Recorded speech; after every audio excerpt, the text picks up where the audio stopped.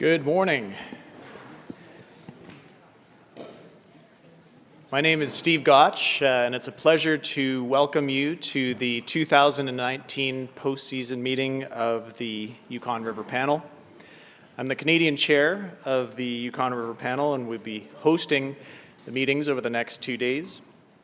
I'd like to start off by recognizing and paying our respects to the Kwanlin Dun First Nation and Tonquachan Council, whose traditional territories we're meeting on today.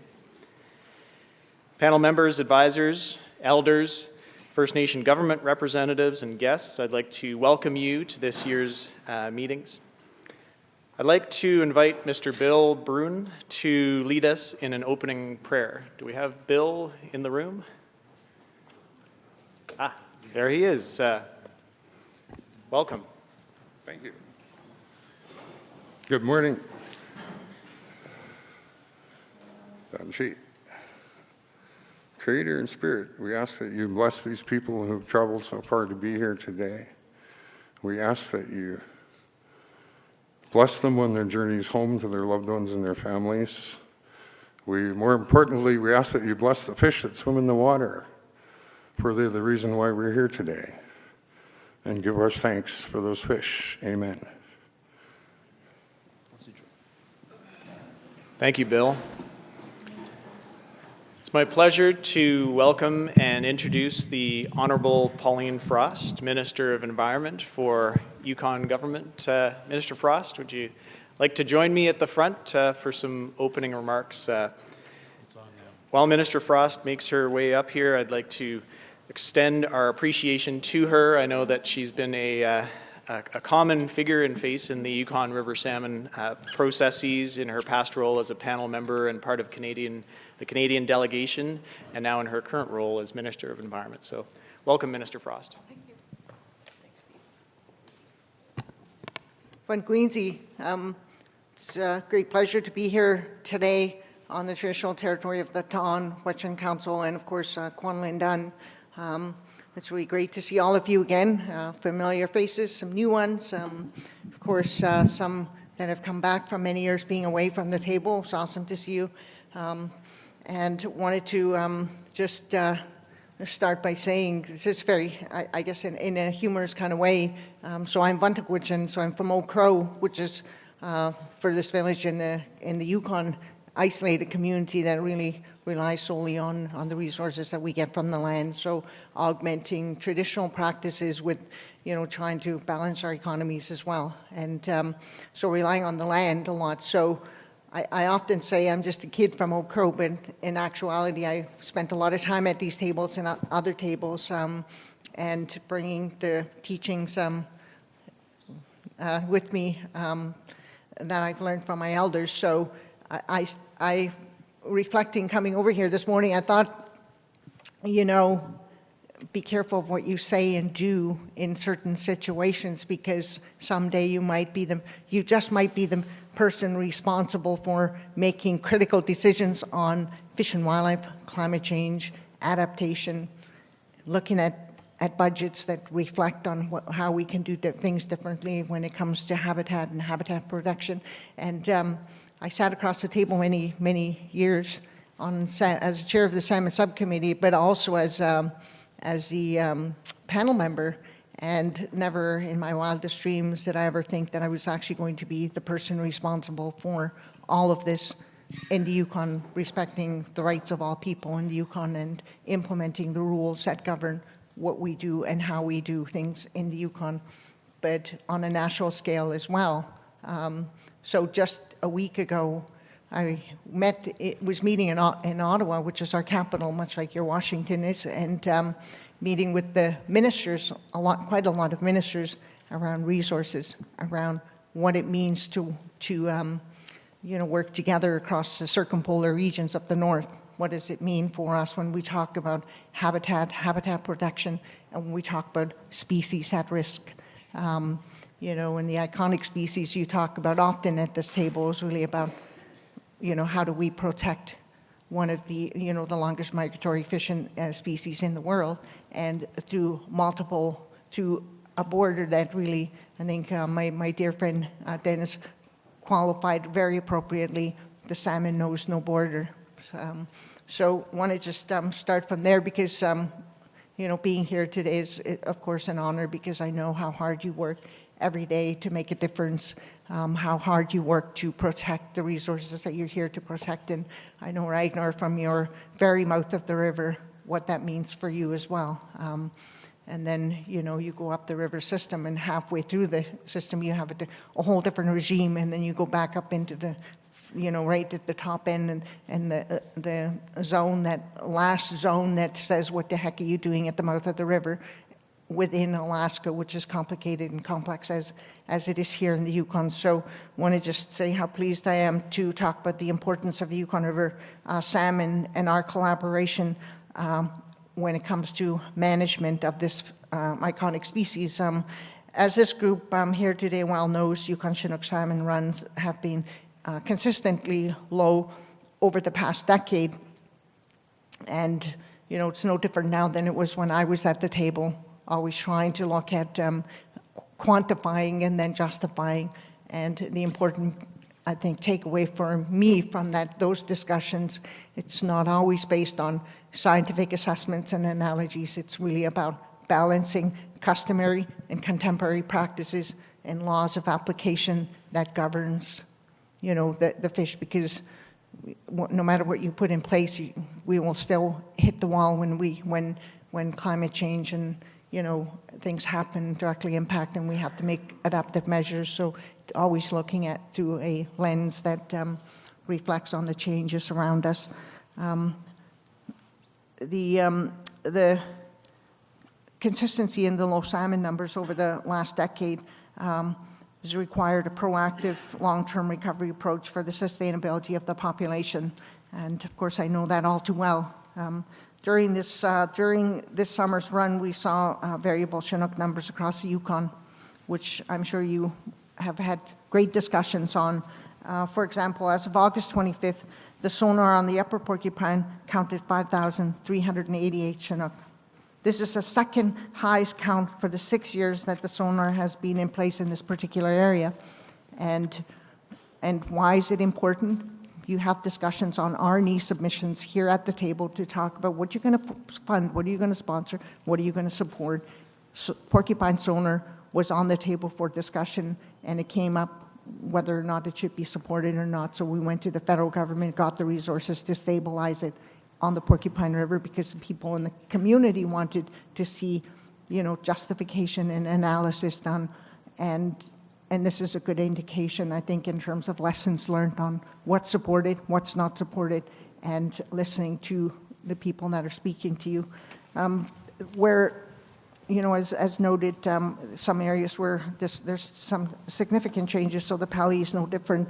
The Pelly River, the sonar count just over 6,400 Chinook compared to just over 9,700 last year, so fluctuation always when we come to counting. So there's a difference from the unusual, this usual average of 1,300, and it may not seem a lot when you're counting coming in at the mouth of the river, but at the back end, it's significant. It's a lot, right? When you have in the community of Selkirk taken some management approaches and looking at community-based management and only allowing 30 fish to be taken out per family group, and that's a decision they made to do their part in terms of conserving and preserving the 1,300 fish that get to their traditional area, or however many gets there, is always maintaining and thinking long-term. And we've seen a 40-year low at the Whitehorse Fish Ladder, and that's problematic, of course, as well.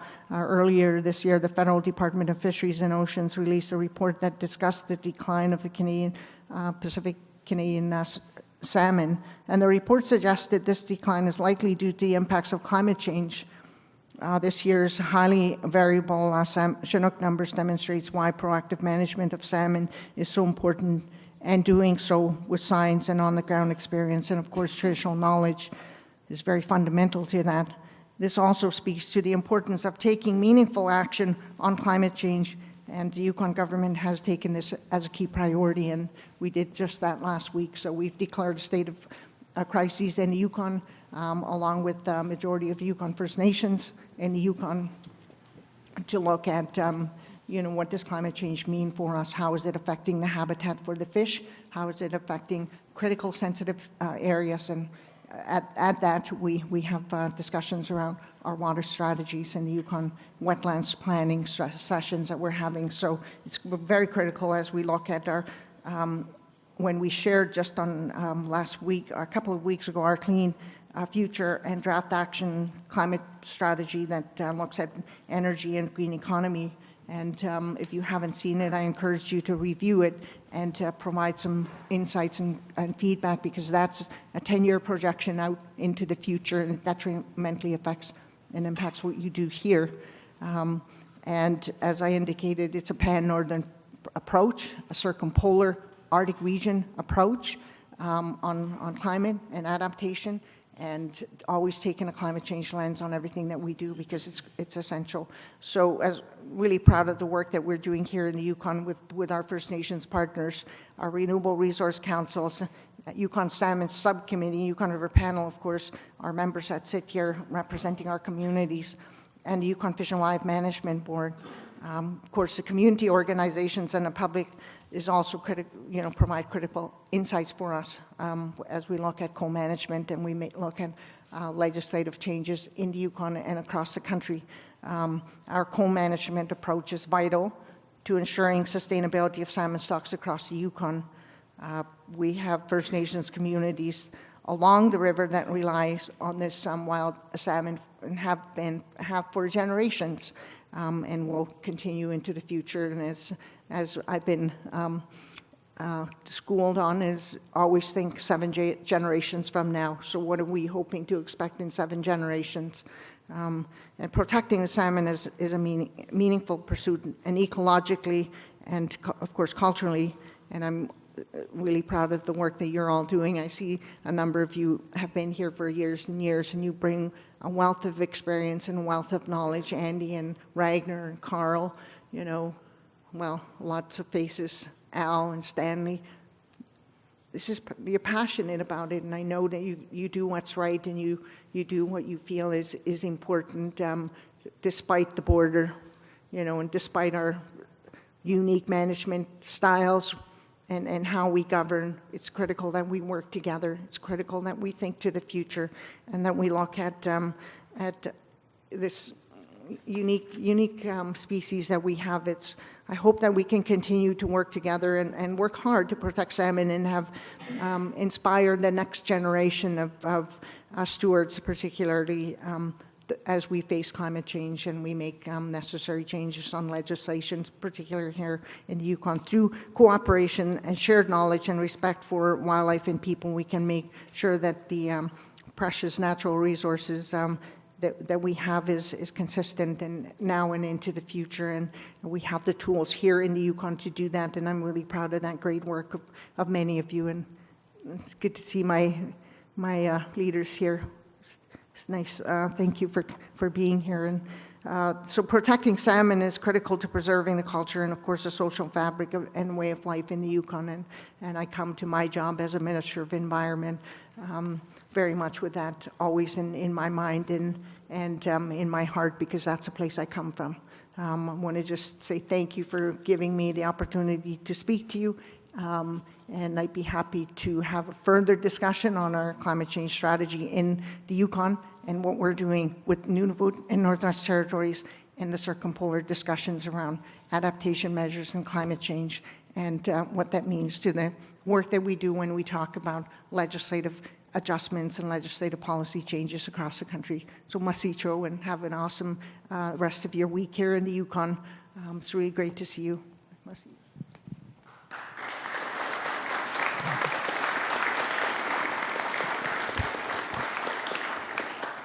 Thank you for your words of wisdom, Minister Frost.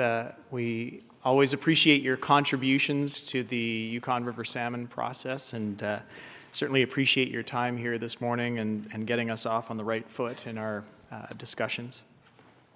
It's always a pleasure to be meeting at the Kwanlin Dunn Center here in Whitehorse, Yukon. I wanted to mention at this point that in addition to the in-person guests that we have in the room today, the Yukon River Panel's meetings are being live streamed online, And this is to provide the opportunity to individuals throughout the Yukon River watershed and various communities who can't join us here in person, but are able to follow the proceedings online. Not only is the meeting streamed online, but a video recording of the public sessions will also be available on the Yukon River Panel's website approximately 1 week following the meeting. So for those that aren't able to join in today, either in person or online, they're able to watch the meeting proceedings at a later date. In this respect, I would ask that our delegations and meeting participants please ensure that you make use of the microphones in the room whenever you're speaking, if you're asking questions or perhaps providing testimony. In particular, for presenters who are at the front of the room, please make sure that you do make use of the microphones. It's as important for the people in the room to hear you as it is for the people online to hear you. So I appreciate your cooperation in that respect. As is probably obvious to everyone, the focus of our meetings here today will really be about receiving reports on Canadian origin Chinook and chum salmon runs and associated fishery management regimes that have been implemented both in Alaska and the United States and in Canada and Yukon in order to achieve the objectives set out within the International Yukon River Salmon Agreement. And that's the fundamental purpose for our meetings here this week.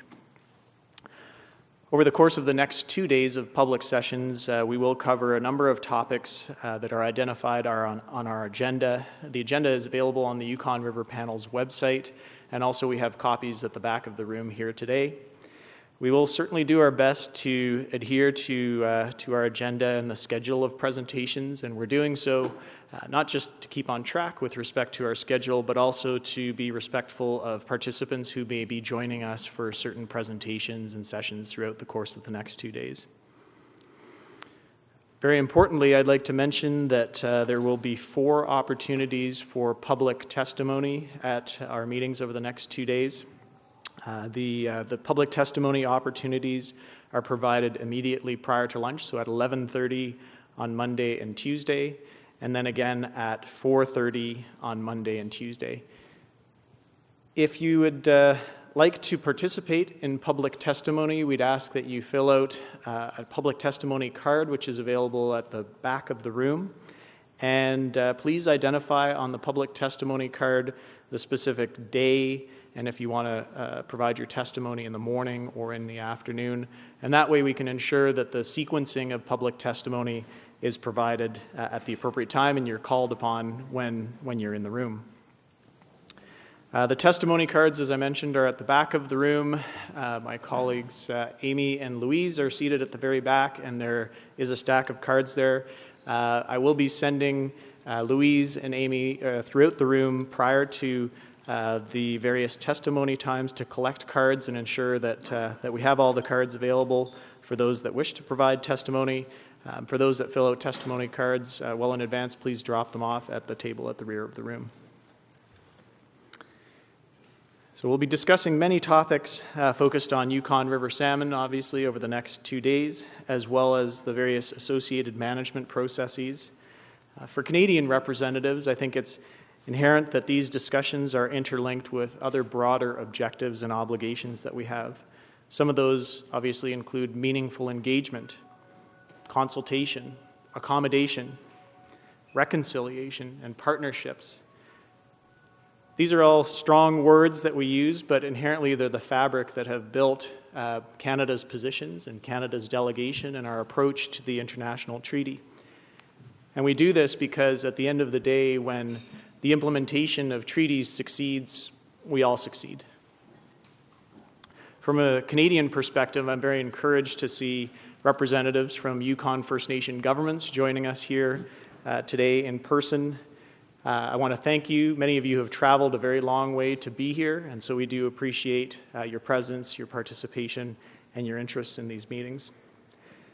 First Nation governments have served as leaders in sustainable salmon management in the upper Yukon River watershed for generations. And it's these traditional practices that show us how cooperation is the way and the key to the future of sustainable salmon runs in the future. And I think much can be learned from that, and much can be transmitted throughout the entirety of the Yukon River watershed, as it was in the days prior to the border. I'd like to take this opportunity to welcome all of our U.S. Guests from the delegation as well as advisors, and perhaps this is a good opportunity for panel members and advisors from the respective delegations to introduce themselves. And so we'll start at the front table. I'll start with James. If you could provide your name, your affiliation, and perhaps where you're from, that'll enable our audience to get to know our representatives a little bit better. So. Sure thing. Morning, everyone. My name is James McDonald, born and raised in Whitehorse. I'm with the Yukon Salmon Subcommittee and nominee of the Yukon River Drainage. I am also on the Yukon River panel, and yeah, so that's me. Good morning.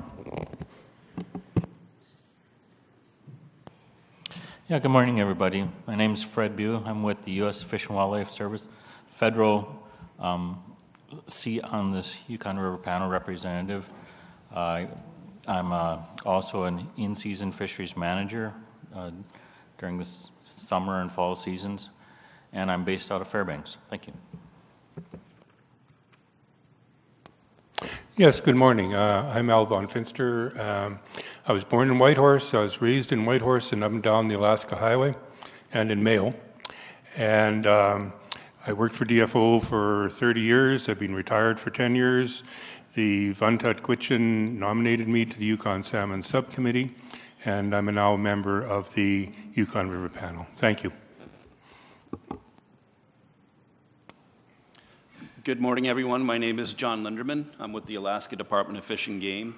I'm the Arctic Yukon Kuskokwim Regional Supervisor, and I'm also the State of Alaska representative to the U.S. section of the Yukon River panel and the U.S. co-chair. Good morning.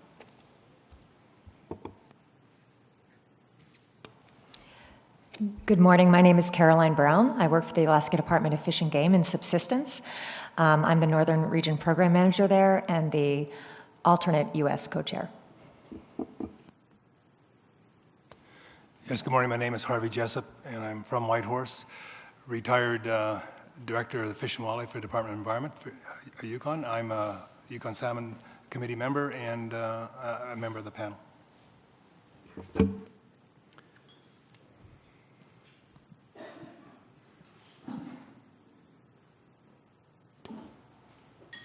Good morning, everyone. My name is Sven Pauken, Community of St. Mary's on the Lower Yukon. I'm a panel member.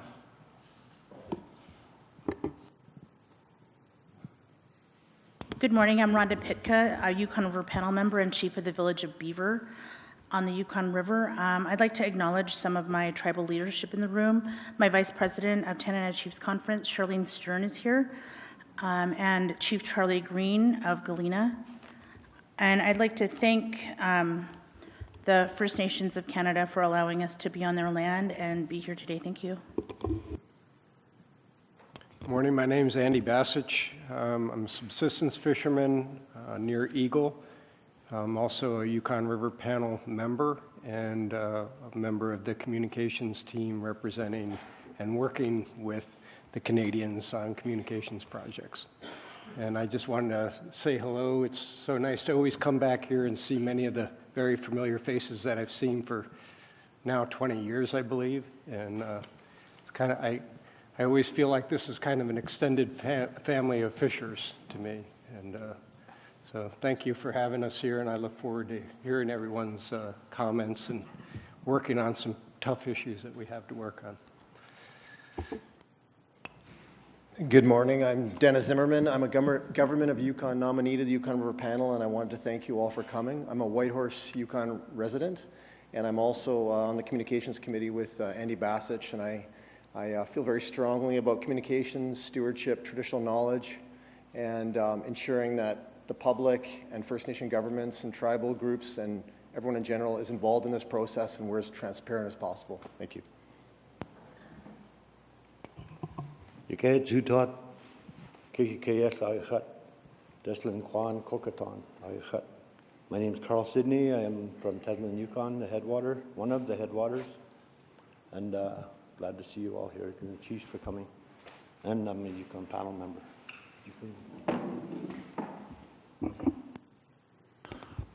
Good morning. My name is Ragnar Ahlstrom. I'm from the village of Aleknuk. It's a village of about 700 residents located about 3,000 kilometers from where Carl is, down at the mouth of the river. Thank you. Good morning. My name is Stacy McCorkle. I'm here with the U.S. Department of State. I'm the International Relations Officer responsible for managing our international fisheries agreements in the North Pacific and the Bering Sea area. Good morning. My name is Alita Trainer. I'm a subsistence resource specialist for the Alaska Department of Fish and Game in Fairbanks. I'm also a member of the Joint Technical Committee, and this is the first time I've seen so many Alaskan and Canadian First Nations people in the same room, and it really makes me glad. Welcome. Good morning. My name is Tim Gerberding. I'm a commercial fisherman who lives in Dawson, Yukon. I'm a recent federal appointee to the Yukon Salmon Subcommittee and an alternate member of the Yukon panel.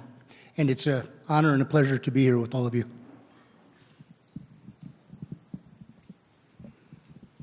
Hello, I'm Jennifer Williams from Haymonik, and I'm an advisor.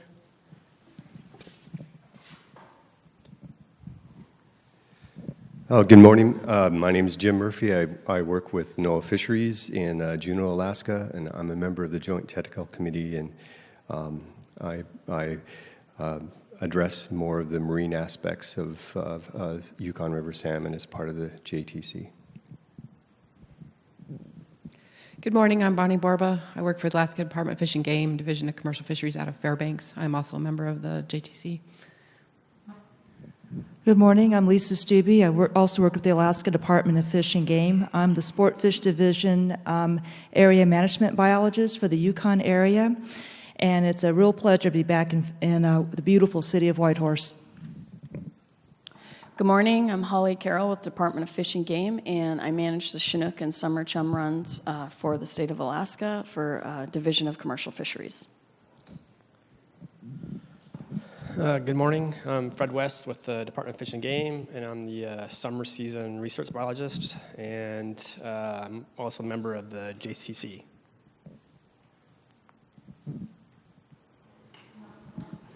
Good morning. My name is James Kelly Sr. I'm from Fort Yukon, Alaska. I'm here as an advisor to the Alaska section, and I too am a traditional and customary user of our resources, fishing, land use, and everything. So.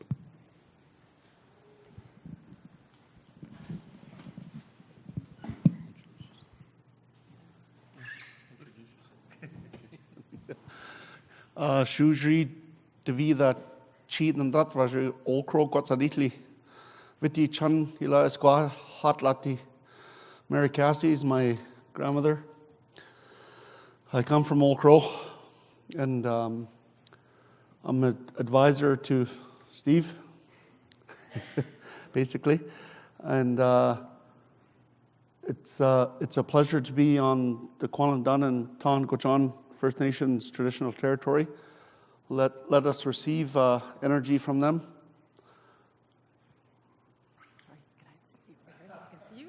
Huh? The public want to see you. Oh. There we go. Oh. It's not like I've been on TV before. Anyways, Masicho, our fisheries are in trouble. And what the message is from our community is that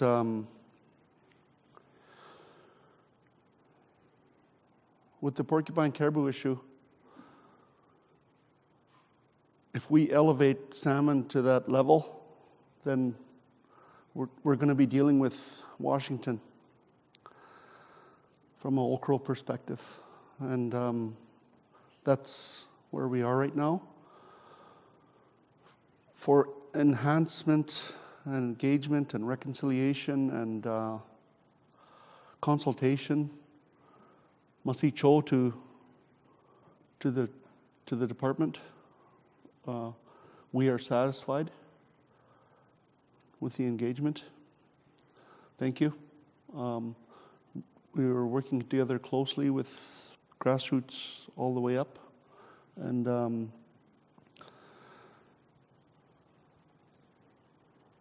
however, we are at the point where our ecosystem is crashing. Our healthy northern ecosystem is crashing. We've got 55,548 square kilometers of undisputed traditional territory. 56% of it is protected for all time with the Crown, with the Yukon Territorial Government. And we are just finalizing the last obligation under our claim to ensure that the waters and our lands are protected. Salmon is included in every single one of those. And so when we go back to our people, we have to fulfill those treaty rights. Canada and Yukon has to fulfill those treaty rights. And so when it comes to an international agreement for salmon, the expectation is very high. Our people are scared. And when Otto Geist came to Old Crow in Dr. Otto Geist came to Old Crow in 1953, and DIA at that time came to Old Crow in a floatplane. We told them three things: protect fishing branch, make sure that we can trap, everybody's equal, and leave Crow Flats alone.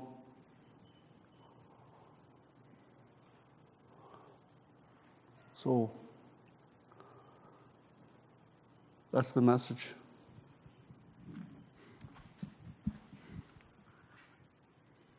VonQuinn, my name is Cheryl Charlie, and I am part of the VonQuinn First Nations Chief and Council, and I'm also standing committee chair for Natural Resources and Heritage, as well as I hold the Porcupine Caribou portfolio, in which I represent VonQuinn in seeking permanent protection of the Porcupine, or the Arctic National Wildlife Refuge. Thank you for having me. Merci.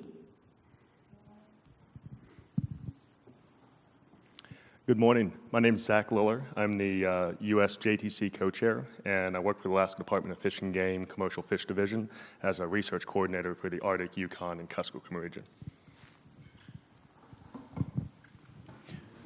Good morning. My name is Steve Smith. I work for Fisheries and Oceans Canada. I oversee the stock assessment, fisheries management, and salmon enhancement for Yukon River and Porcupine operations within the department. And I'm also the Canadian co-chair of the Joint Technical Committee. Good morning, everybody. My name is Jessie Traris, and I am a fishery manager with the Fisheries and Oceans Canada. I also sit on the Joint Technical Committee, and I reside right here in beautiful Whitehorse. Thank you.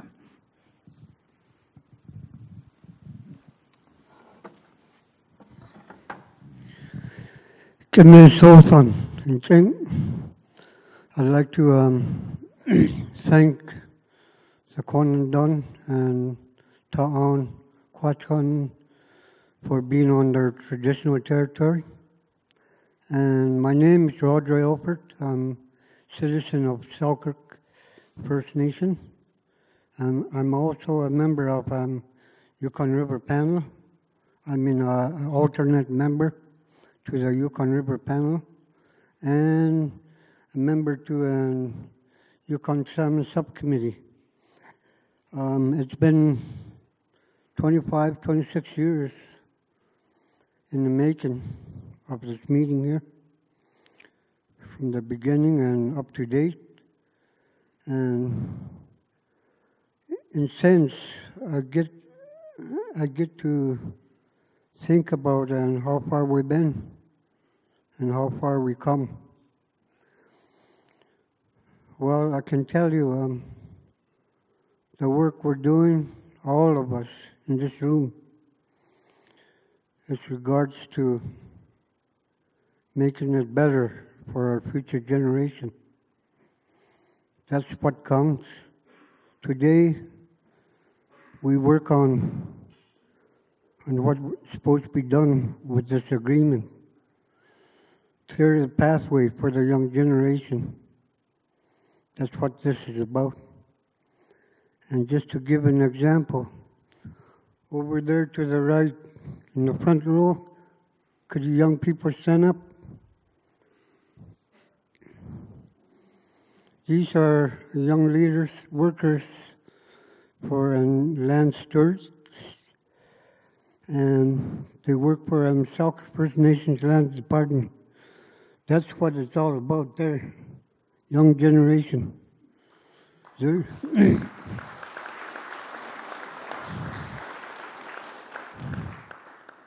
expected to keep this going after we're gone from here. So,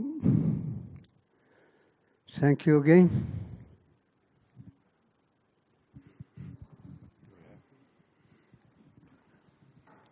Good morning. My name is Stan Julie from downtown Oak Grove. Stan Julie Senior, to be correct, and representing the panel, an alternate to the panel, to Al, to represent the Porcupine River.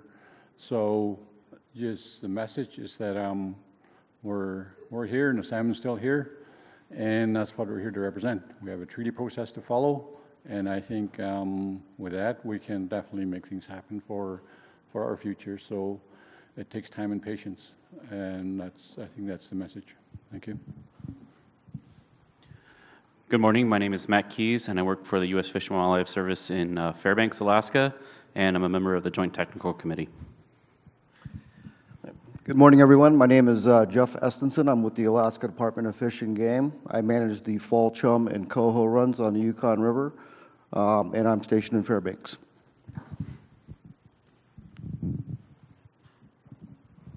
Hi, Elizabeth McDonald. I'm an advisor to the Yukon, the Canadian side. I work for the Yukon Salmon Subcommittee. My family is from Pelly Crossing, but I've lived my life mostly in Whitehorse and Dawson City.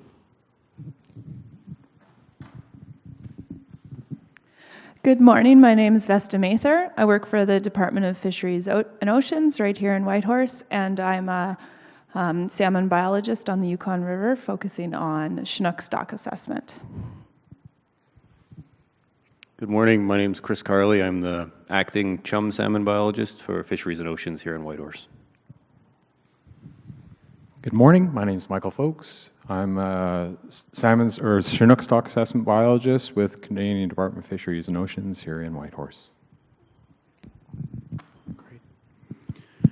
Well, thank you very much, and appreciate everyone's patience for our guests today. Hopefully the roundtable of introductions helps you put names to faces to roles in the international process.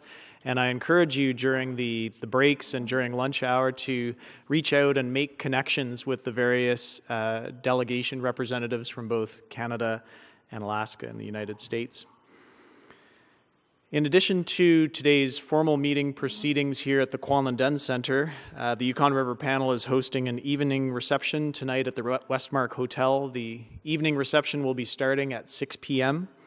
And I'd like to let our audience know that we will have a special presentation this evening starting at 6:30 as part of our welcoming reception.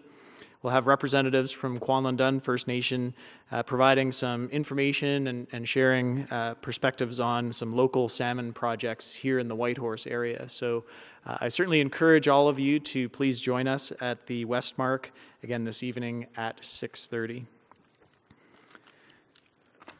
So with respect to our meeting agenda here for the next 2 days, if we could bring up the agenda on the screen at the front and for panel members who are here.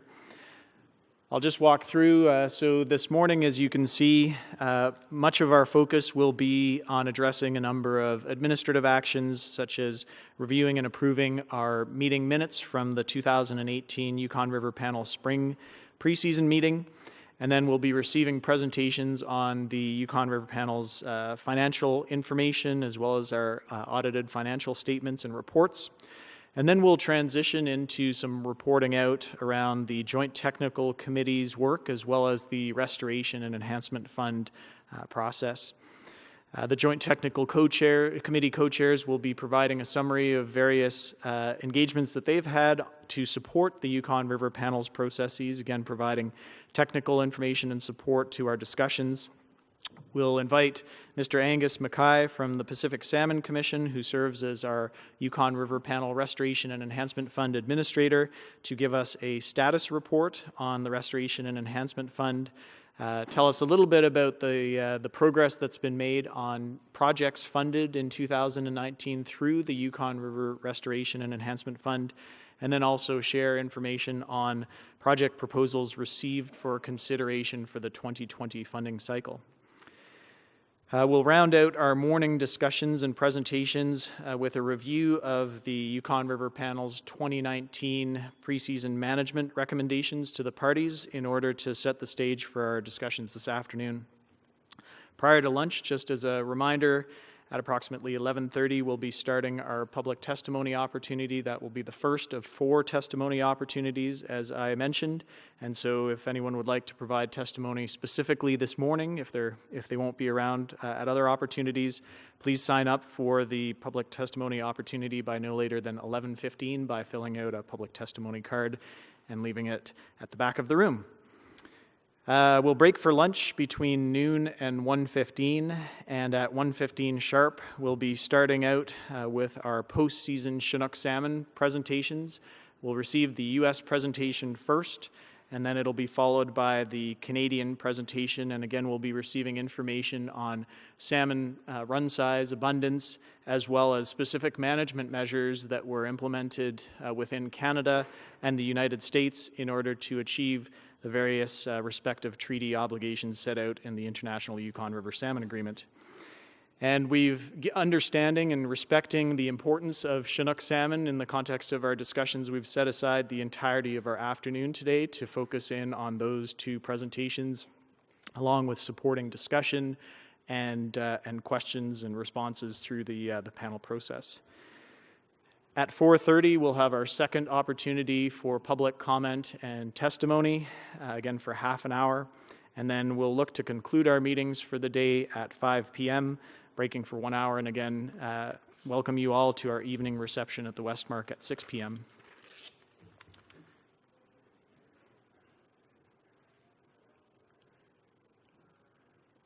Okay, so tomorrow morning, December 10th, we'll be starting here again at the Kwalman Dunn Center in public session at 9 o'clock. We'll be diving right into our continuation, if you will, of the discussion of results of various fishery management measures implemented in 2019, but our focus tomorrow morning will be on fall chum salmon or chum salmon stocks, both in the main stem Yukon River as well as the Porcupine River watershed, and what results we saw from this year's efforts. Later in the morning, we'll also receive 2 presentations on environmental conditions that were observed.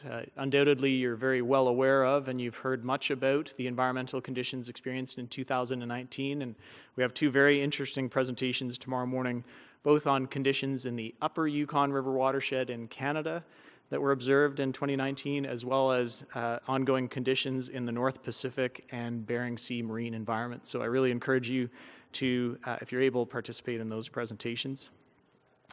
In the afternoon, we'll start, again, sorry, before I move on, there is an opportunity for public testimony in the morning before we break for lunch on Tuesday. In the afternoon, the Yukon River Panel's meeting will resume again at 1:15, and we'll start off with a presentation on a project that's occurring in the upper Yukon River watershed supporting Chinook salmon restoration. And it'll be a presentation from Mr. Brian Mercer from Metla Environmental, and it's on the Tay River Chinook Salmon Restoration Initiative near Pelly Crossing on the Pelly River in Canada. This is a project that has been funded in the past by the Yukon Restoration and Enhancement Fund, and so we certainly look forward to Mr. Mercer's presentation on progress and the vision for this important restoration project. Following the Tay River Chinook Salmon Restoration Project presentation, we do have one addition to our agenda, and that is that we'll be joined by Mr. John Field from the Pacific Salmon Commission, located in Vancouver, British Columbia. Mr. Field will be providing the panel a brief presentation on the document and file management system that's used by the Pacific Salmon Commission Secretariat, and this is specifically for the panel's interests as to whether or not we would like to adopt this management system. Just for reference, the Pacific Salmon Commission currently serves as the secretariat for the Yukon River Panel, managing the Restoration and Enhancement Fund, as well as providing secretarial support for our meeting processes. And this presentation that will be provided by Mr. Field is an additional step, if you will, in that secretarial support function for the panel's consideration. We'll round out the afternoon on Tuesday with some reports from the Communications Committee and, importantly, a presentation on the 2019 Yukon River Panel Education Exchange. So that presentation isn't specifically listed on the agenda, but it is item number 3 in the afternoon on Tuesday under Communications Committee update. And I would encourage participants to take advantage of that presentation because it does showcase one of the longer standing projects that has been funded by the Yukon River Panel in the Yukon River watershed, encouraging exchange of information, communications throughout a process whereby representatives from Canada travel to the lower Yukon River, and on alternating years, representatives from the lower river travel to the upper Yukon River to experience the various cultures and practices that are occurring within the watershed. Then we'll round out our afternoon with an update on any correspondence received and issued by the Yukon River Panel, as well as any related business, and finally scheduling the 2020 preseason Yukon River Panel meeting, which will be hosted by the United States in Alaska. There will be one final opportunity to provide public testimony at 4 o'clock on Tuesday, 4 o'clock on Tuesday afternoon, and then that will be followed by closing remarks, and the public session will adjourn by 5 o'clock. So at this point, I'll look to Mr. Co-Chair. Any additions to the agenda? Any questions? No, Mr. Chair, and I approve and adopt the agenda as amended with that one amendment for Tuesday afternoon with the Secretariat. Thank you, Mr. Chair, or Co-Chair. So at this point, we'll move right into our schedule of activities. So the first item is an administrative matter, and it has to do with reviewing and approving the Yukon River Panel's April 2019 meeting records. I believe that each delegation has had the opportunity to review the draft records developed by the Pacific Salmon Commission Secretariat. I know, Mr. Co-Chair, you and I have reviewed the records, and I'm looking for your approval and endorsement to finalize the Yukon River Panel's April 2019 meeting records. Yeah, Mr. Co-Chair, I have reviewed and made a couple of last-minute edits, but yes, approve and have signed off on those meeting minutes, Mr. Chair. Concurrence from Canada as well. Thank you. So I will now move to item number 4 on our agenda, which is the Yukon River Panel's financial update. And for this, I would invite Mr. Angus Mackay from the Pacific Salmon Commission Secretariat, who will be providing the panel with information on the current status of our financial systems and, importantly, our bank accounts. So welcome, Mr. Mackay.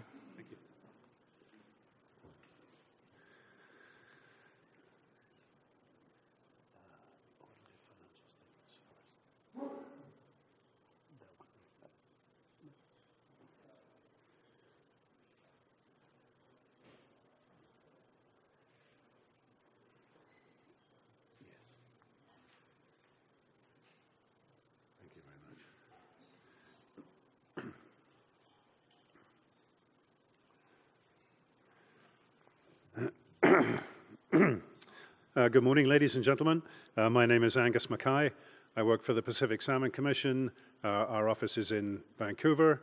My job is here today is to look after the day-to-day running of the Yukon River Panel's R&E fund and I do that job with the assistance of my colleague Victor Keong, who is at the back of the room and is an essential part of the team. We're a team on this. There's a team of administrators back at the office in Vancouver, IT specialists and accountants who also help out. The first item on the agenda for me to talk about is the annual financial statement. I'm struck by the fact that the agenda that we have in front of us for the next 2 days is full of all sorts of exciting and interesting topics for us to talk about, and the least interesting topic that we have to talk about falls to me, and that is the audited financial statements.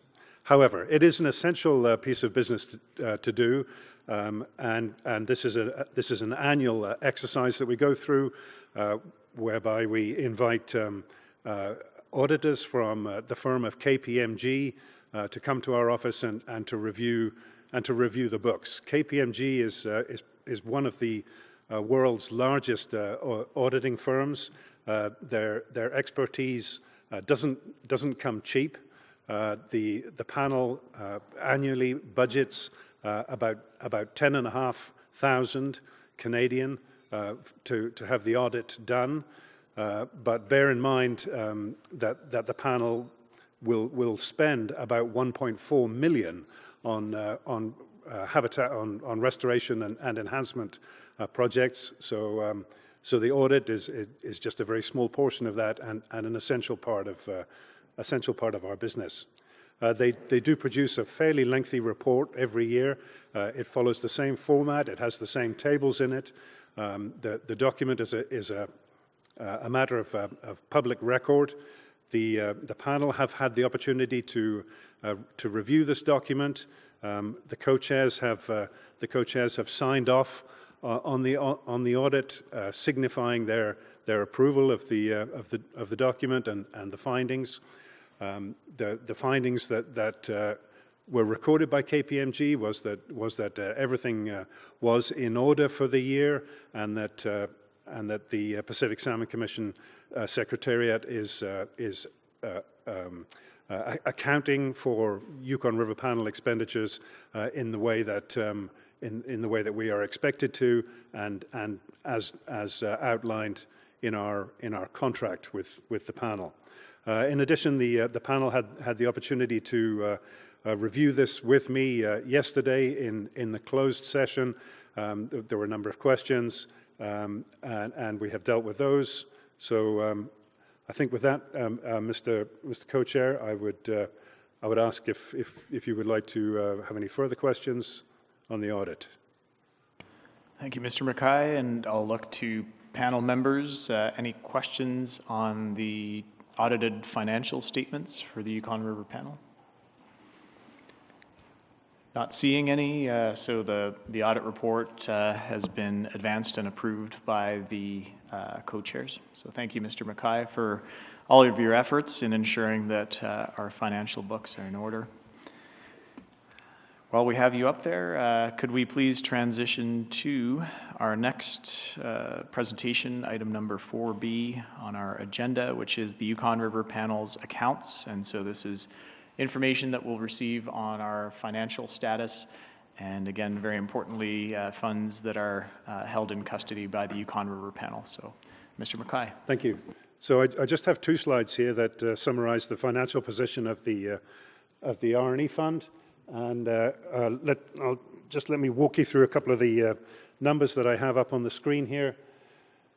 Starting off with the opening balance on March 31st, 2019. March 31st marks the end of the fiscal year, and this is the date up to which the KPMG, the auditors, conclude their work, and they determined that the funding that remained at March 31st was $505,000 Canadian at the end of March.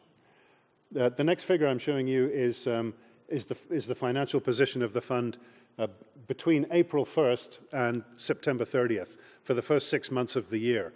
Now, what has happened in the interim there is that the panel received their annual infusion of funds in support of the R&E fund in the amount of 1.2 million US. So we accepted that amount of money. We wrote contracts for projects that started in 2019. We've been spending down some of that money, and as of September 30th, that is the amount that remains. So we take these two amounts to add together to find out what our financial position is at September 30th. And it reveals that we have just over $1 million on our books. However, we do have some outstanding commitments on that money. And principally, that is money that is still expected to be spent on active projects in 2019. So we have advanced some money on those projects, but not all of it. And this amount of 703,000 Canadian is money that would be spent if all the projects go to their natural conclusion and if they all end up spending to the full extent of their budgets. So we must keep that money aside in the expectation that it will be spent. In addition, there is 63,500 still likely to be spent on administration costs. We're only 6 months through the year. That represents about half our administration budget. So we should set aside that money in the expectation that too will be spent. So we need to take those two amounts off the $1 million that we realized that we had. If you do that arithmetic, you end up with 290,000 Canadian that we expect to still have on hand come March 31st, 2020. 290,000 Canadian. There's the 290,000 Canadian that we just calculated. I have converted that to US dollars at today's exchange rate of 0.75. It's 219,000 US. We know that we're going to be receiving the annual infusion of 1.2 million US at the beginning of the year. So 1.2 million US plus 219,000 US means that we anticipate having 1.4 million US to spend on the R&E program in 2020. So for your interest, I can tell you that the panel has received applications for projects in 2020 of 1.7, and our budget is going to be about 1.4. Thank you, Mr. Chairman. I will be happy to take some questions. Thank you, Mr. Mackay, and I'll look to panel members. Any specific questions on our financial update report provided by Mr. Mackay? Not seeing any questions. I will add a few items. So one item with respect to funding, federal funding for the Restoration and Enhancement Fund for 2020. I can confirm that Mr. Co-Chair and I have filled out the various administrative paperwork to initiate the fund submission process. So it is our expectation that the Restoration and Enhancement Fund will receive the full allocation of $1.2 million US for the 2020 funding cycle. And our expectation is that those funds will be received by the Yukon River Panel's financial administrator, the Pacific Salmon Commission, we'll say early in 2020. Have one question for you, Mr. Mackay. Any reflections or advice or recommendations for the panel with regards to how we've been administering our finances? Is there anything that you need from us as far as further instructions, or do you have any advice for us with regards to any administrative matters related to our finances? I would have to say that I don't particularly have any comments or advice for the panel. I think the Salmon Commission accounting team and the panel have been working well together over the last couple of years, and I believe that the I believe that the strength and robustness of that relationship is reflected in the annual audited financial statements that are provided by KPMG. Thank you, Mr. Mackay. A question from panel member Ragnar Ahlstrom. Go ahead. Mr. Chairman, Mr. Mackay, I think it's my understanding that the R&E monies need to be expended during that year. Could either you, Mr. Chairman, or Mr. Mackay, summarize why those funds, where I'm coming from, in past years we had talked on the panel of maybe setting aside a portion of the panel, 10% or whatever, for future large projects. But could you summarize what the... Sure. Thank you, Mr. Ahlstrom. So the monies that are provided to the Yukon River panel to be expended on the various restoration and enhancement initiatives are a component of the 2002 Yukon River Salmon Agreement. And essentially it is a financial contribution that's provided by the U.S. federal government to the Yukon River panel to expend in accordance with the respective treaty sections that speak to the Restoration and Enhancement Fund. A condition of the Yukon River panel's acceptance of that funding, as set out within the, we'll call it the financial arrangement, is that the funds must be expended fully on an annual basis. A secondary condition is that funds that are unspent within, we'll say, the annual base on an annual basis, or at least uncommitted on an annual basis, will be returned to the U.S. federal government. So there is a specific clause within the existing financial agreement between the Yukon River panel as signed off by the co-chairs on an annual basis and the U.S. federal government to expend those funds fully, much like, we'll say, almost any operating government agency. Any further questions from panel members regarding the financial reports or financial statements? Not seeing any. I'd like to thank you, Mr. Mackay, and I will ask the Yukon River panel's Joint Technical Committee co-chairs, Mr. Steve Smith and Mr. Zach Liller, to join us for presentation number 5, which is the 2019 Joint Technical Committee's fall meeting summary. And following Mr. Mackay, or excuse me, Mr. Liller and Mr. Smith's presentation, we will be taking a brief 15-minute coffee intermission. So welcome, Mr. Smith and Mr. Liller. Good morning. Thank you, Mr. Co-Chair. This is just an overview of the Joint Technical Committee report, the Joint Technical Committee meeting. A lot of the stuff that goes on behind the scenes with the Joint Technical Committee isn't all that interesting. The interesting bits that do come out of the meeting will be presented to you folks later today and tomorrow. But in any case, we will endeavor to explain to you what goes on in our meetings. So the JTC met for a postseason meeting November 13th and 14th. The original slide said Whitehorse, but the reality is that the Canadians were situated in Whitehorse and the Alaskan counterparts were situated in Anchorage, and we conducted a video conference link to join ourselves. So essentially this is the makeup of the committee.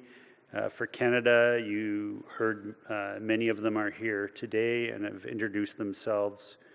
We did have a number of guests on the Canadian side, a number of them DFO staff who work on various elements related to the Joint Technical Committee and Yukon River Panel activities. And then the one exception to that is Elizabeth McDonald from the Salmon Subcommittee joined us. You want to speak to the U.S.? Yeah, good morning, folks. I'll just introduce some of the U.S. JTC members, many of which introduced themselves this morning during the roundtable introductions. But there's a few folks that were not able to join us today, so I'll mention them. In particular, Randy Brown is a fisheries biologist with U.S. Fish and Wildlife Service, tremendous contributor to the JTC. And for folks that don't know, he was just awarded an honorary doctorate for his lifelong contribution to fisheries science in Alaska through University of Alaska Fairbanks. So a tremendous honor and contribution. Chuck Brazil is our regional management coordinator for Alaska Department of Fish and Game. He sits on the JTC. Chris Stark is a fisheries biologist with Bering Sea Fishermen's Association. John Orr is a resource specialist with Association of Village Council Presidents. And we also have a new appointee to the JTC in Dr. Stephanie Quinn Davidson as a representative for Tanana Chiefs Conference. Thanks, Zach. So the meeting, as I mentioned, on November 13th, so ADF&G and DFO met to do some postseason updates for the JTC. We talked about U.S. and Canadian postseason review of Chinook salmon management and assessment, and that presentation will be provided this afternoon. We also had some discussion around Canadian origin total run size, how that's determined, and some of the timelines around the data availability that contribute to that activity. And we also then talked about Yukon, mainstem, and porcupine chum salmon. So in terms on the 14th, there's the discussion around marine bycatch summary prepared by NOAA and ADF&G for the Yukon River panel.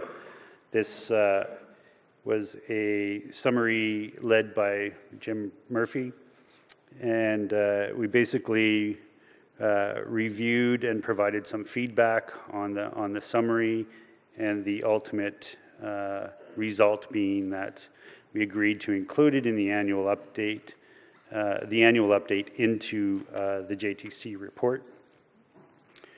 Also, we had a discussion on a written justification around whether or not to include a standardized sex data set that was for Canadian origin Chinook that had been previously published by ADF&G.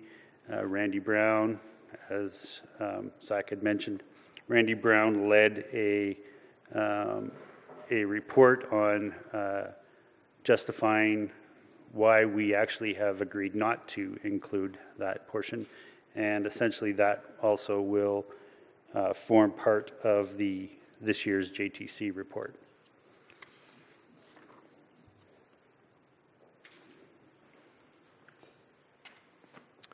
Yeah, so the next couple of slides is going to provide an update on some of the JTC subcommittee work. Much of the work that we do can't be accomplished in the 2 or 3 day meetings that we have twice a year, so we distribute that or delegate that out to subcommittees, and then those subcommittees report to the JTC during our biannual meetings, and then from those discussions get next step marching orders and go back and continue their work.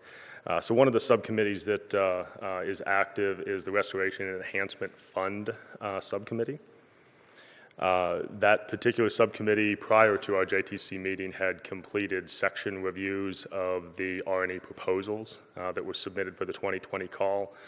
The following day, immediately after our JTC meeting, the subcommittee was getting together to have bilateral discussions and develop bilateral technical scores and recommendations for your consideration.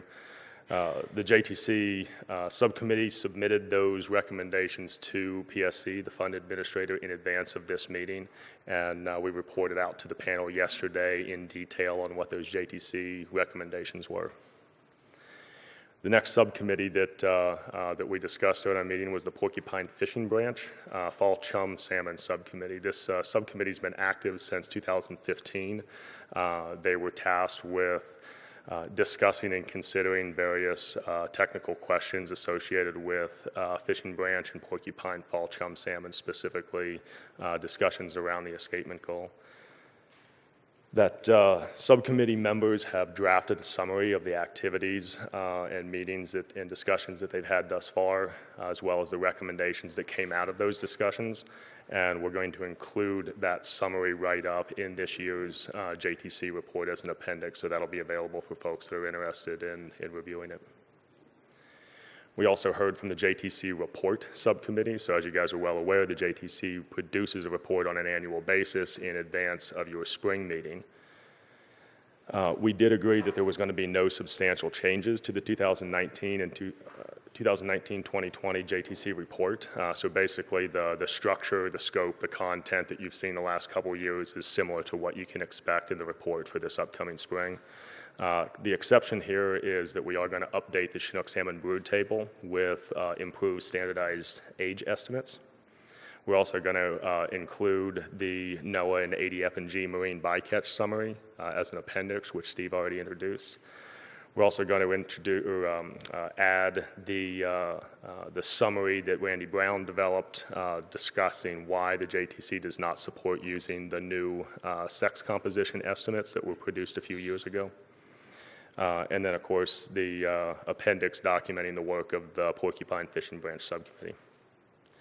I will note that the JTC is exploring options for increasing efficiency with report assembly and production, in particular wanting to work with our panel co-chairs and PSC representatives to discuss options for administrative support. We also heard from the Chinook Salmon Interim Management Escapement Goal, or IMEG, Review Subcommittee. The JTC co-chairs, so Steve and I, provided a basic overview to the JTC membership about what the review steps, the timeline, who the subcommittee members were, and tentative meeting schedules. So it was a very similar presentation to our JTC as what the panel heard yesterday.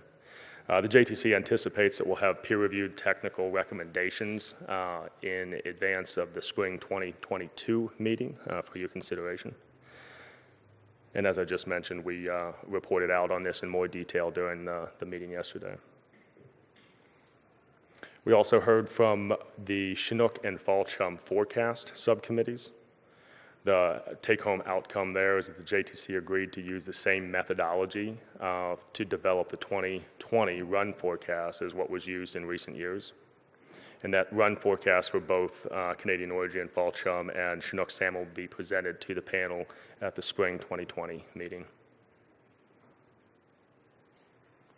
We also heard from an effort, folks that have been working to develop a Restoration and Enhancement Fund stewardship guidance document, an update from those individuals. The outcome there is that the JTC continues to explore options for developing a bilateral stewardship guidance document. We did have a discussion with panel members yesterday, and that resulted in an action item where we'll continue to provide updates at subsequent panel meetings on our progress.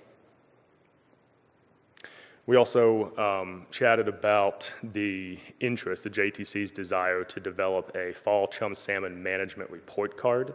It's basically a table that would document the historical run sizes, escapement estimates, and performance of key management objectives as defined in the Yukon River Salmon Agreement, so specifically escapement goals and harvest shares.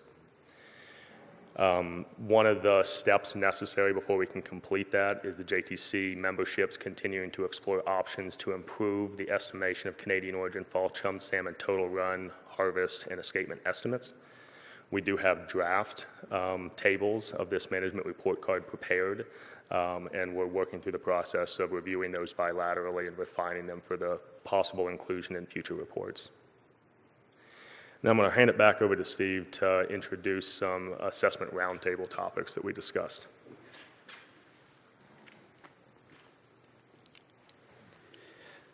Thanks, Zach. So we did this, just for context, this assessment roundtable that we have is just an opportunity within the JTC membership for folks to kind of explain or talk about some of the things that they might be working on that maybe aren't directly tasked by the JTC or the agencies in relation to this, but may be of interest either now or in the future. So Elizabeth McDonald provided a presentation to us on some work that she's doing with regard to some genetic diversity along with the populations. Michael Folks, who introduced himself earlier, had a discussion about some options around bilateral data sharing options. I think, yeah, those are the Canadian contributions. Yeah, and then we had a few folks from the U.S. JTC membership that brought some topics to the table for discussion. So Matt Keese from U.S. Fish and Wildlife Service gave us an update on some new publicly available interactive maps that were developed by University of Alaska, U.S. Fish and Wildlife Service, and Northwest Boreal Landscape Conservation Cooperative. These maps document land use activities and fisheries activities throughout large portions of Alaska, specifically the Yukon drainage. What's displayed here is an example of one of those maps. If folks are interested in learning more about this particular initiative, Matt's here at the meeting, and we can help distribute links for these publicly available maps. Matt also gave us an update on some interesting work that Fish and Wildlife Service is doing to establish weir operation and sampling protocols to address heat stress or warm water temperature related issues to minimize the stress on salmon as they're being sampled. And then Chris Stark from BSFA reminded the group that there is a draft of a Yukon River Comprehensive Salmon Plan that is available for public review. This document identifies fisheries restoration, rehabilitation, research, and management priorities for the Alaska portion of the Yukon River drainage. That document's available for public review and comment through December 31st. If there's folks that would like to learn a little bit more about that, feel free to grab me or panel co-chair Linderman during the breaks, and we can give you a little bit more background. And with that, that's pretty much a summary of our meeting, and be happy to take any questions that you might have. So we have a question from panel member Canadian Carl Sidney. Thank you, Mr. Co-Chair. My question relates to a slide way back in I think it was slide number 6. And it was to Steve Smith. The exclusion of the sex, it had to do with the sex composition, and maybe one before that. Anyway, you said you agreed to the mean estates of female. Why? Why were you not going to use the female? What was the reason behind that? I thought that was a very important aspect. There was some work that was done by Hamishon with ADFNG, the biometrician there, and he did some work for adjusting the age composition of the run, as well as he also looked at the sex composition of the run. And based on the review, the age composition modifications were supported and accepted by the JTC. The sex data was not, due to a number of reasons, but it just,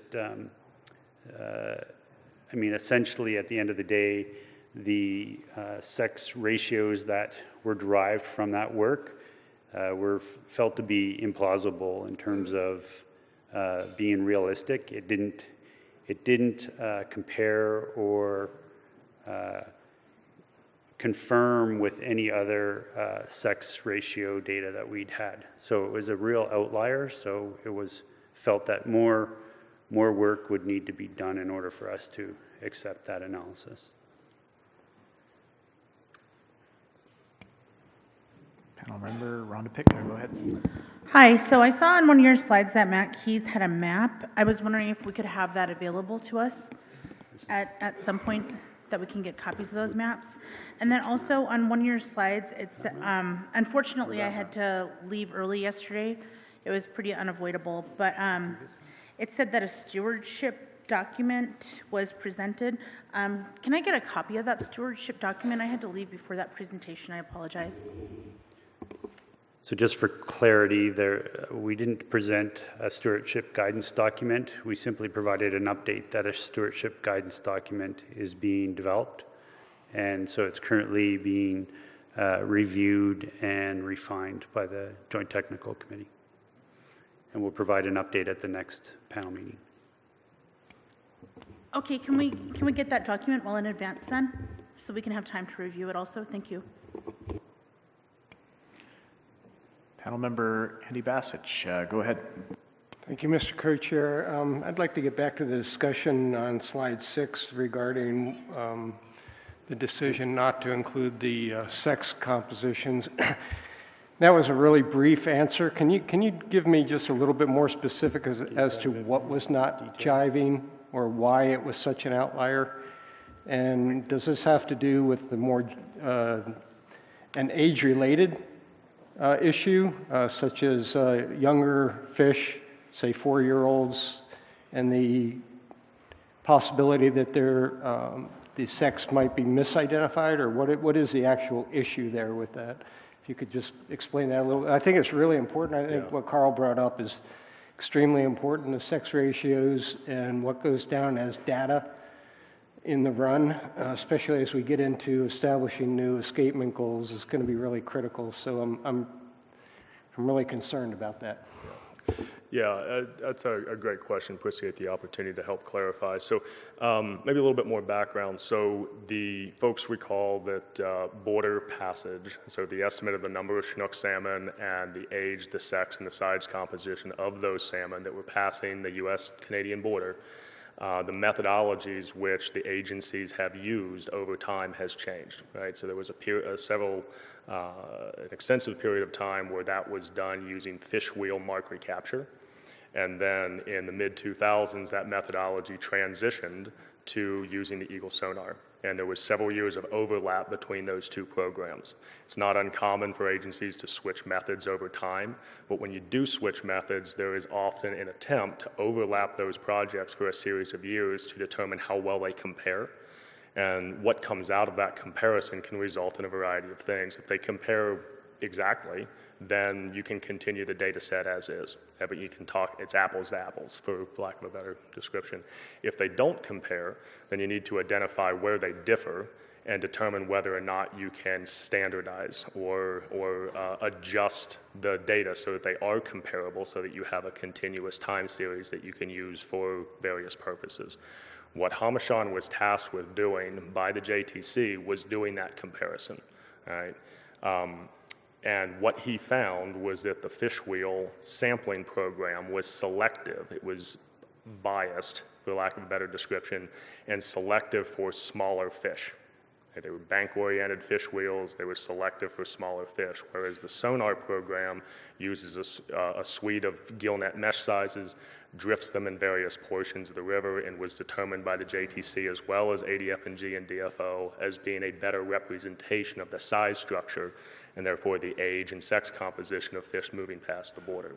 So once he detected that there was a difference there, he was tasked by the JTC to attempt to standardize or correct the fish wheel data so that it would more appropriately align with what would have been expected given what was passing the border at that time. He did a very rigorous statistical correction that resulted in a revised, standardized set of age estimates. He was also tasked by the JTC with revising and standardizing the sex composition. He did that work, but he extended it. He kind of went above and beyond, and he estimated the sex composition, so the percent females, by each age class. Right? And that allowed folks that were very familiar with age and sex composition data for Chinook salmon throughout the Yukon, including the Alaska portion and the Canadian portion, to really dive into it and say, does this correction make sense? And where the red flag popped up for the JTC was that specifically with the 4-year-olds, so the younger Chinook salmon, it's very rare to see a high number, a high percentage of females in that young age class. When we do have data sets collected throughout the drainage where the age has been estimated and we've positively identified whether the fish was a male or female by looking internally. okay? We compared the estimates of percent female for 4-year-olds that Hamashon estimated, that ADF&G estimated. He estimated about 10% on average of those 4-year-olds were females. We compared that to known sex data sets throughout Yukon drainage, and that was substantially higher than what we would have expected. Most places where we have known sex data, we see 1% to 2%. So it was just a red flag that the sex correction method that was attempted didn't align with what we expect. So the JTC, that we still have sex estimates. We still have the original sex estimates from those projects that the JTC and the agencies have been using. What we are basically saying is let's pump the brakes on using this new standardized estimate until we have an opportunity to dig into it. And there's a variety of reasons, from sampling all the way through the efforts to correct the estimates, that could account for why that red flag popped up. But for all intents and purposes, it's acknowledging that we have good standardized age estimates through this effort. The sex estimates we're just going to put on hold and continue to use the data set that we have. Thank you. I think that's a much clearer explanation. Just for a point of clarification then, the fact that you're not using this, does it basically the data being entered show that the ratio of females is higher or lower than it would have been without, or if you would have used this documentation? I don't know if I asked that clearly, but basically if you were to use the old data sets or the old estimations, would that have increased or decreased the projected percent of females in the run that you're currently using? Because right now you're not using 4-inch mesh net to catch those smaller fish, so they're really not showing up in the run at Eagle sonar, whereas they were captured by fish wheels. So I'm just curious about, in that transition of correcting that data, is that going to weight the data in your book to show greater percent of females in the total run or less? Yeah, that's a good, excuse me, that's a good question. Yeah, the attempt at correcting the sex composition, that attempt resulted in a historical time series that generally increased the percent females in the run. So that was the effect of that correction. And the JTC generally, given the review, didn't feel that was not necessarily that the directional change wasn't correct, but the magnitude may not be correct. So we wanted to slow down a little bit. Question from panel member Carlson. You go ahead. Thank you, Mr. Co-Chair.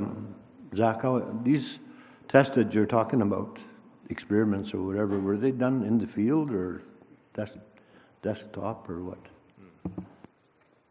Yeah, I think I understand. I'll take a stab, and if I'm not answering what you're asking, let me know. Yes, the samples are collected in the field. So annually across the time series that there's been work done at the border to estimate passage of the fish that are caught, some or all of them are sampled. So they collect a scale to determine age. They look at the fish to determine whether it's a male or female, and they measure its length. So those samples are real samples taken by trained technicians and professional biologists on site in real time during the season.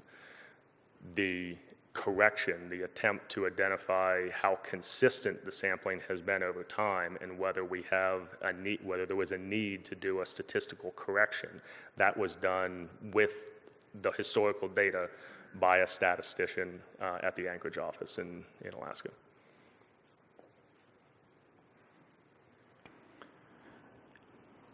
Question from panel member Dennis Zimmerman. Go ahead. Hello, thanks. So I'm just, the complexity around salmon, there's so many dimensions to it. And, as you went through your presentation, you're dealing with everything from stewardship to complex mathematics and data and modeling. So I guess my question is, that's a pretty broad spectrum and range. So how do you ensure that you have the right people in the room staying current within your JTC to be able to deal with that complexity? Because, you know, scientists by nature tend to be specialists. So I just want to know if you're, and given the context of change and the rapid change with climate, with governance, with everything else, you know, how are you dealing with all that? Because it seems like a very big task. I'd be happy to address that from the U.S. side of things as far as our membership structure, and then pass it over to Steve. As you saw on that first slide, you know, our membership is relatively large and it's relatively diverse, and it's to help address just what you're talking about. Many of us are specialists, so we engage the expertise of multiple specialists. Within the U.S. section, we have folks that specialize in management, folks that specialize in research, and then management and research by species. So we have that representation. We have subsistence research resource specialists on our group. We have folks that specialize in marine systems. We have folks we have both agency and non-agency folks. And some of those non-agency folks are selected and appointed by stakeholder groups to make sure that those perspectives and that information is being is accessible to and being tapped into by the JTC.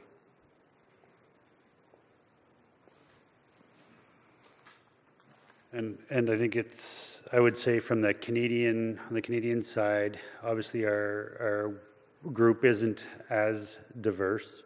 But I would put it out that, I mean, the JTC, when it has an interest or a question where it doesn't house that expertise internally, we definitely reach beyond the membership of the JTC to provide, whether it's a presentation or insight, et cetera.